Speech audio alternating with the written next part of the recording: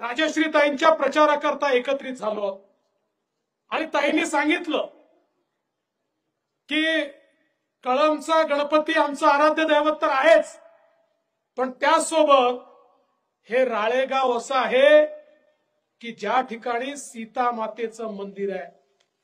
देशामध्ये सीता मातेचं एकच मंदिर आहे आणि ते राळेगाव मध्ये आहे. आणि राजश्रीताईंनी आता विडा उचलला, तिकडे मंदिर झालं, आता इकडच्याही मंदिराचा उद्धार झाला पाहिजे.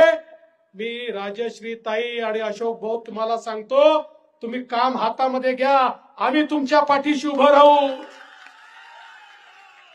पण एक भीती आहे, तुम्ही ज्यावेळी सीता मातेच्या मंदिराचा जीर्णोद्धार करायचा विचार कराल त्यावेळी पवार साहेब विचारू शकतात, फक्त सीता माताच का? इथे राम कुठे गेले?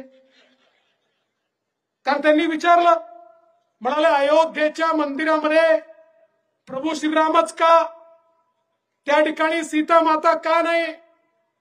आता पवार साहेबांचा मंदिरांचा काही फार संबंध नाही आहे, त्यामुळे त्यांना माहिती नाही की ते मंदिर रामललाचं म्हणजे बालरामाचं मंदिर आहे. आता बालरामासोबत सीता माता कशा असतील?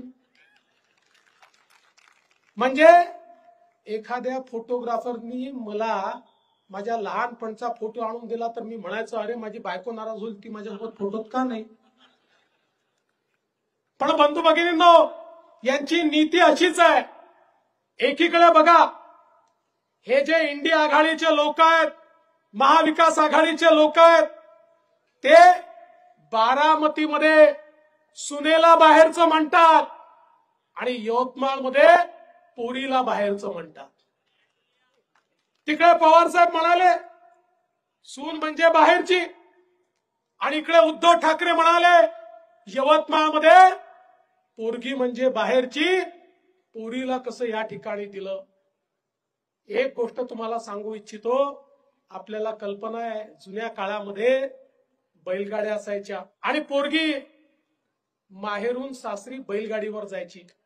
जेव्हा सासरी जायची ना तेव्हा उलटी बसायची, म्हणजे सगळी नजर माहेरी असायची. आणि जेव्हा परत यायची त्यावेळी बैलाकडे तोंड करून बसायची, म्हणजे परत सगळी नजर माहेराकडे असायची. अशी आमची राजश्रीताई आहे, तिची सगळी नजर ही यवतमाळ वाशिम या आपल्या माहेराकडे आहे. त्यामुळे कोणी काळजी करायचं कारण नाहीये. अरे इथे तर आम्ही जम्मू काश्मीरहून आलेल्यांना निवडून दिलं, इथं आपल्या घरची पोरगी आहे, तिला निवडून देणार की नाही?